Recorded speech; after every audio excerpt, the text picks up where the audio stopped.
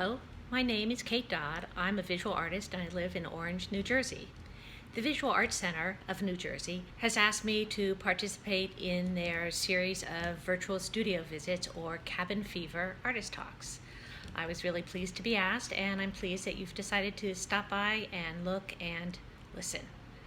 I work on drawings at home, and I work on components for site-specific installations in my studio. So we're going to look at both spaces. We'll start with my studio and a piece that I'm currently working on for Summit Public Art. When I took economics in college and learned about the world in terms of supply and demand, I felt like I had a new understanding of the way the world works. That moment of crystallization clarified why seemingly valuable things were always being disregarded. I'd been focused on the object rather than human behavior. So a certain amount of my artwork responds to the question, what is there a lot of in the world that people don't value? What can I do to give these materials value? One of the strategies I've relied on for years has been to invest labor in discarded materials. There is some longing that wells up inside me when I see something going to waste through no fault of its own. This kind of anthropomorphizing of matter, needing to treat all of it equally to rescue the unnoticed from oblivion, drives a lot of the work I do. I try to resurrect the worth in the unwanted. A central part of art making to me is turning nothing into something, or turning raw materials into objects. And part of what making satisfies, for me, is the need to bring order to chaos. I love getting stuff for free and collecting things in quantity, not because I love the objects themselves, but for the richness of quantity. I think it comes from a very deep instinct of protecting against scarcity and of being a hunter-gatherer. So when I look around for supplies to work with, I'm drawn to free materials. I even associate a moral quality to this, somewhat akin to eating everything on your plate. It doesn't make sense to me to make new objects when the world is already so full of objects. Almost nothing seems as ever-present and unwanted as plastic bottles. I've worked with them on and off for years because of both the impressive physical qualities they have of transparency, they're light in weight, they can float, they're containers, they're cuttable, but also their threatening quality, that they are here forever, all over, and won't go away as long as they keep being produced on demand. So, along with this desire to rescue and build, I want to make overlooked conventional environments into aesthetically rewarding experiences. There's so much that is visually harsh or unconsidered around us. Like the materials I use, these spaces feel like throwaways. Most of my work is temporary and site-specific, so when I create an installation for a space like this, I try to unify or soften the site and make it a place worth noticing, worth being in. The pieces you've been looking at are part of an installation I'm currently working on for Summit Public Art, and I'm hoping to install it this summer. I'm building a whimsical grove of colorful, stalk-like forms to make a pedestrian alleyway more welcoming. The color comes from plastic as well, multiple layers of netting, the type used to bag onions and garlic. Processing these bottles, collected years ago for a project that never came to fruition, requires long hours of labor. Besides collecting them, there is cleaning, cutting, drilling, covering with colored netting, the attaching, the arranging. All of this labor contrasts pretty sharply with the cheapness of these objects.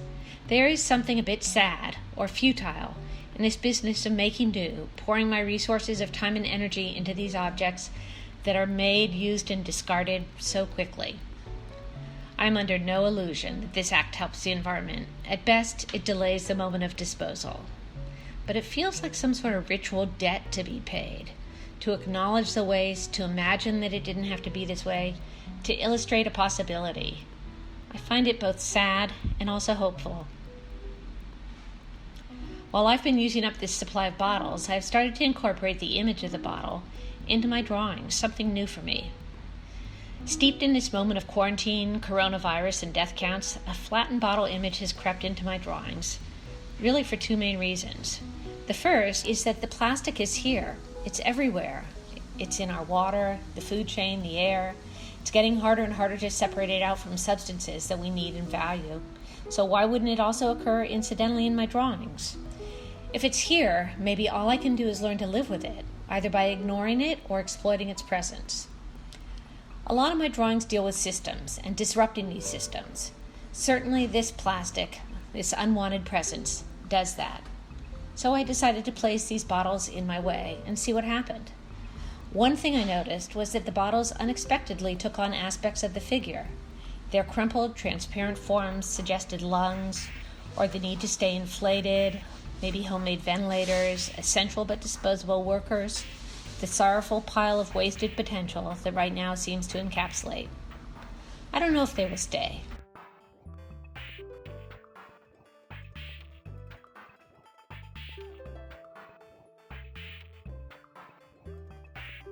The Privacy series is another set of drawings I've been working on.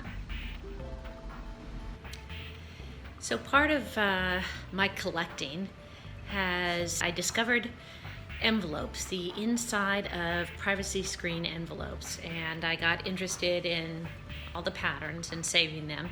And so I decided to do some collages with them. I didn't really expect that I would end up getting interested in the window aspect of all of these, but I did, and so I took the windows and separated them from the envelopes, and I was thinking a lot about being on the inside and the outside of the envelope, of boundaries, of fences, and so I took ideas I had about separation and boundaries, bricks, Venetian blinds, chain link fence, razor wire, shattered glass, and more recently, even ventilators and hospital wards. And I started to put them together with the idea that this is this institutional boundary we seem to have between ourselves and the world, and it's so impersonal,